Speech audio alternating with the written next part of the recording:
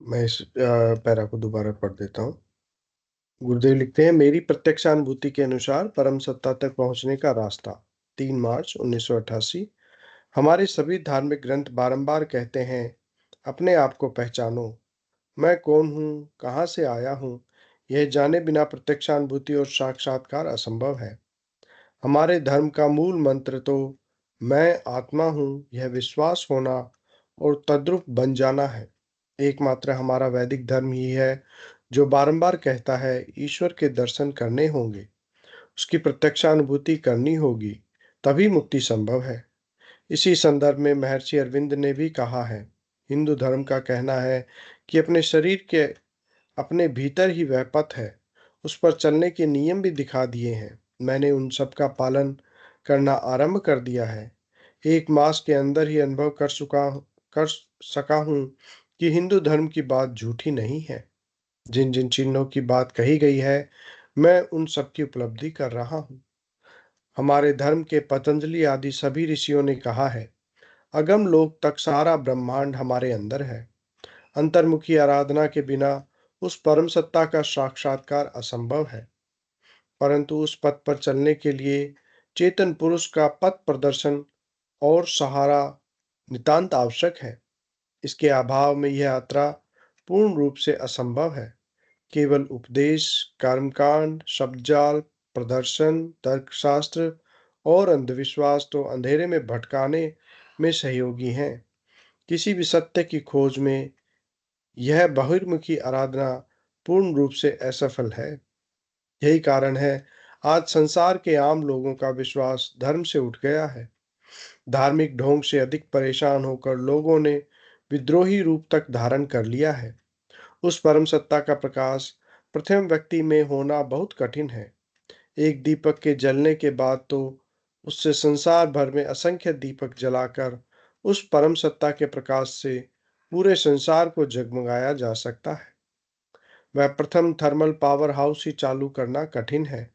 मैं इस कार्य को केवल मात्र मानवीय प्रयास से संभव नहीं मानता।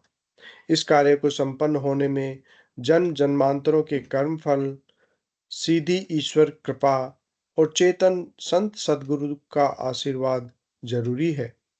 दूसरे शब्दों में यह कार्य ईश्वर की स्वयं की शक्ति से ही संभव है और किसी भी प्रकार यह कार्य संभव नहीं है। हर युग में उस परम सत्ता ने स्वयं अवतरित होकर संसार से अंधकार को भगाया है। महर्षि अरविंद को भी अलीपुर जेल में सीधा आदेश देकर पथ प्रदर्शन किया था। श्री अरविंद ने उस परम सत्ता के साक्षात्कार के संबंध में लिखा है, मैं अपने निज के लिए कुछ भी नहीं कर रहा हूँ, क्योंकि मुझे अपने लिए न मोक्ष की आवश्यकता है, न अति मानसिक सिद्धि की। यहाँ मैं इस सिद्धि के लिए जो यत्न कर रहा हूँ, वह केवल इसलिए कि पार्थिव चेतना में इस काम का होना आवश्यक है, और यदि वह पहले मेरे अंदर न हुआ, तो औरों में भी न हो सकेगा। उपयुक्त बातों से स्पष्ट होता है कि प्रथम चेतना ही कठिन है।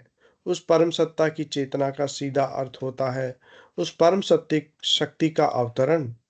मैं पहले ही स्पष्ट कह चुका हूं कि मेरे अंदर जो परिवर्तन आया और आज मेरे माध्यम से जो कुछ करवाया जा रहा है, उसमें मेरा स्वयं का रति भर का भी प्रयास नहीं रहा है। इस प्रकार मैं देख रहा हूं, मेरी तनिक भी इच्छा नहीं थी, फिर भी उस परम सत्ता ने मुझे माध्यम बनाकर अपनी मर्जी से चलाना प्रारंभ कर दिया।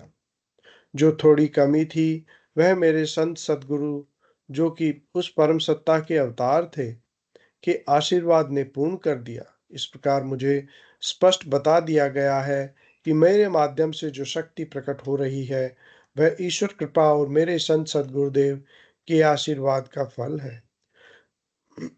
शुद्ध ज्ञान के क्षेत्र ब्रह्मलोक और सहस्त्र दल कंवल तक का आरोहण मेरे अनेक जन्मों की आराधना का फल है। परंतु सतलोक, अलखलोक और अगम लोक का आरोहण गुरु कृपा के बिना असंभव था। नाम अमल या नाम कुमारी का आनंद अगम लोक से आता है। अतः मेरे माध्यम से जो सच्ची शांति और सच्चा आनंद जिसे संतों ने नाम कुमारी या नाम अमल की संज्ञा दी है, लोगों को प्राप्त हो रहा है। वह मात्र ईश्वर कृपा और गुरुदेव के आशीर्वाद से ही संभव हो सका। यह कार्य मानवीय प्रयास से संभव नहीं था। मुझे मूलाधार से सहस्त्र दल कंवल तक की यात्रा में कोई विशेष कष्ट नहीं हुआ और आगे का असंभव आरोहण गुरु कृपा से अनायास ही हो गया। इस प्रकार मैं देखता हूँ कि मैंने इच्छा शक्ति से प्रेरित होकर इस जन्म में कुछ नहीं किया, अतः जो कुछ मैं बांटने निकला हूँ उसमें मेरा कुछ भी नहीं है। मेरे गुरुदेव के आशीर्वाद और ईश्वर कृपा से जो सात्विक धन मिला है वही संसार में बांटने निकल पड़ा हूँ। इस समय मुझे दोहरी जिम्मेदारी निभानी पड़ रही है। मेरे परिवार के प्रति अभी काफी जिम्मेदारियां हैं। परमार्थ के कार्य के साथ इन जिम्मेदारियों को निभाने का भी स्पष्ट आदेश है। मुझे स्पष्ट बता दिया गया है कि जब तक परिवार का कर्ज पूरा न चुका सकूं, उन उनसे विमुख होने का अर्थ होगा योग भ्रष्ट होना।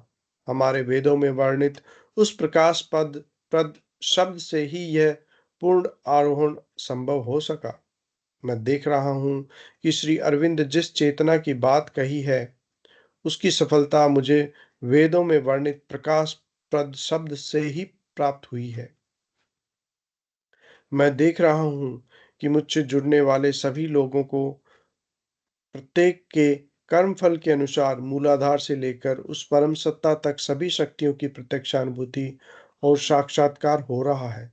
इस युग में जबकि संसार के आम लोगों का धर्म पर से विश्वास प्राय उठ चुका है, मेरे जैसे साधारण व्यक्ति के माध्यम से ऐसा होना एक आश्चर्य है। प्रारंभ में मुझे खुद को इस पर विश्वास नहीं हुआ, परंतु उस परम सत्ता के पग पग पर पथ प्रदर्शन से मुझे समझने और विश्वास करने में अधिक कठिनाई नहीं हुई। सतयुग को छोड़कर बाकी युगों में धर्म निरंतर ह्रासोन्मुख ही रहा। अब अचानक यह परिवर्तन होना स्पष्ट रूप से युग परिवर्तन का संकेत है। संसार में सात्विक सत्ता के पूर्ण रूप लोप के साथ साथ तामसिक शक्तियों के मरणासन पहुंचने की जो मुझे जो प्रत्यक्षानुभूति करवाई गई, वह भी इस बात का स्पष्ट संकेत है। पुनः उस परम सत्ता के उदय होने पर संसार में बची खुची शक्तियां समाप्त होने में कोई समय नहीं लगेगा। मुझे संसार में होने वाले इन परिवर्तनों को काफी पहले संकेत मिल चुका था, परंतु मैं उसे समझ नहीं सका। परंतु उस परम सत्ता ने जब अपना कार्य प्रारंभ कर दिया, तो धीरे धीरे मेरे सामने सारी स्थिति स्पष्ट होती चली गई। घटनाक्रम जिस प्रकार करवट ले रहा है, मैं देख रहा हूँ, मुझे अधिक समय तक भारत में नहीं रहने दिया जाएगा। जीवन कम है और कार्य अधिक।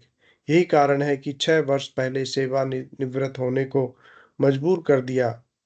संसार के आम मानव को यह सब सुनकर विश्वास नहीं हो सकता, परंतु यह एक सच्चाई है। मैं कुछ दिन इस क्षेत्र में प्रवेश करते हुए भी भागता रहा, परंतु मुझे जबरदस्ती धकेल दिया गया। धीरे धीरे झिझक खत्म हो रही है। जब मैंने देख लिया है कि जो कुछ करना निश्चित है, उसे तो करना ही पड़ेगा। जो पथ पहले ही दिखा दिया गया था, उस पर चलने में अधिक कठिनाई नहीं हो रही है।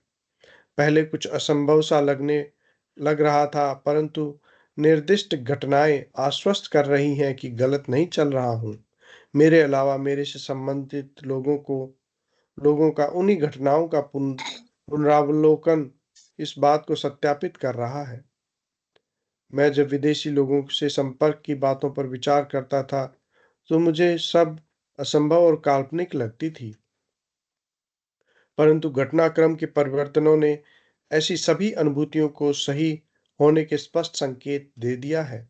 संसार के लोग महर्षि अरविंद की भविष्यवाणी को जब उनकी कल्पना कहते हैं, तो मुझे बड़ा अजीब सा लगता है।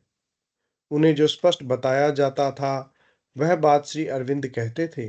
भविष्य के बारे में उन्होंने स्पष्ट कहा है, अगर सब कुछ नष्ट भ्रष्ट हो जाए, तो भी मैं उस विनाश के परे नए सृजन की राह देखूंगा। आज संसार में जो कुछ हो रहा है, उससे मैं जरा भी नहीं घबराया हुआ हूँ। मैं जानता था कि घटनाएं ऐसा रूप लेंगी। रही बात बौद्धिक आदर्शवादियों की, मैंने उनकी आशाओं को नहीं स्वीकारा, इसलिए मैं निराश भी नहीं होता। मुझे जब स्पष्ट आदेश मिलते थे, तो मैं बड़ा अचंभा होता था, कुछ असंभव और अजीब-सा लगता था। परंतु जब से श्री अरविंद को पढ़ा, मुझे पक्का विश्वास हो गया कि मैं गलत नहीं हूँ। श्री अरविंद की इस बात ने मुझे बहुत प्रभावित किया। भगवान की इच्छा है कि भारत सचमुच भारत बने, यूरोप की कार्बन कॉपी नहीं। तुम अपने अंदर समस्त शक्ति के स्रोत खोज निकालो, फिर तुम्हारी समस्त क्षेत्रों में विजय ही विजय होगी।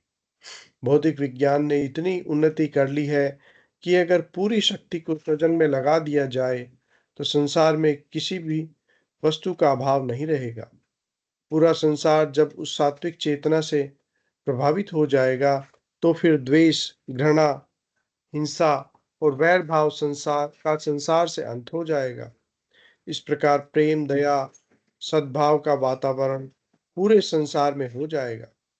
जो कुछ मुझे बताया जा रहा है, जब वह परिणाम संसार के लोगों को आध्यात्मिक आराधना से प्रत्यक्ष मिलने लगेगा, तो पूरा संसार उस परम सत्ता के चुंबकीय आकर्षण से में अनायास ही आ जाएगा। उस समय भगवान श्री कृष्ण की वह बात सत्य प्रमाणित हो जाएगी। भगवान ने कहा था, सब धर्मों को छोड़कर मेरी शरण में आ जा, मैं तुम्हें सब पापों से मुक्त कर दूंगा। जय गुरुदेव, जय दादा गुरुदेव।